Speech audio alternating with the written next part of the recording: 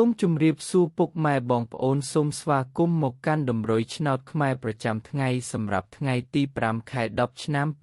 2025 Admin ក៏មានតម្រុយឆ្នោតពិសេសនិងល្អៗសម្រាប់ចែកជូនពុកម៉ែបងប្អូនផងដែរ Admin ក៏សូមចិត្តពុកម៉ែបងប្អូនសូមបងប្អូនជួយចុច like និងជាម្នាក់មួយផងដើម្បីមានភាពងាយស្រួលក្នុងការតាមដានតម្រុយឆ្នោតខ្មែររៀងរាល់ថ្ងៃចឹងកុំឲ្យខាត់ពេលពុកម៉ែបងប្អូនយូរចឹងសូមចូលមកកាន់តម្រុយឆ្នោតខ្មែរយើងវិញសម្រាប់ម៉ោង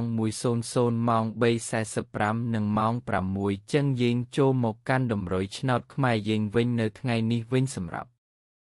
លេខតូចពីលេខយើងវិញ Admin មានលេខ45 119 99 63សម្រាប់លេខអូសខ្ទង់ Admin មានលេខ40អូសនិងលេខ90អូសផងដែរសម្រាប់លេខពិសេស3លេខយើងវិញ Admin ក៏មានលេខ512គុណនិងលេខ378គុណបងប្អូនដែលស្រឡាញ់និងចូលចិត្តលេខ Admin អាចយកទៅផ្សងសំណាងបានសូមជូនពរឲ្យបងប្អូនទាំងអស់គ្នាហេងសំណាងល្អទាំងអស់គ្នាតម្រុយឆ្នោតយើងក៏បានមកដល់ទីបញ្ចប់ហើយសូមជូនពរឲ្យបងប្អូនហេងសំណាងល្អមានលាភមានជ័យទាំងអស់គ្នាជួបគ្នានៅថ្ងៃស្អែកបន្តទៀត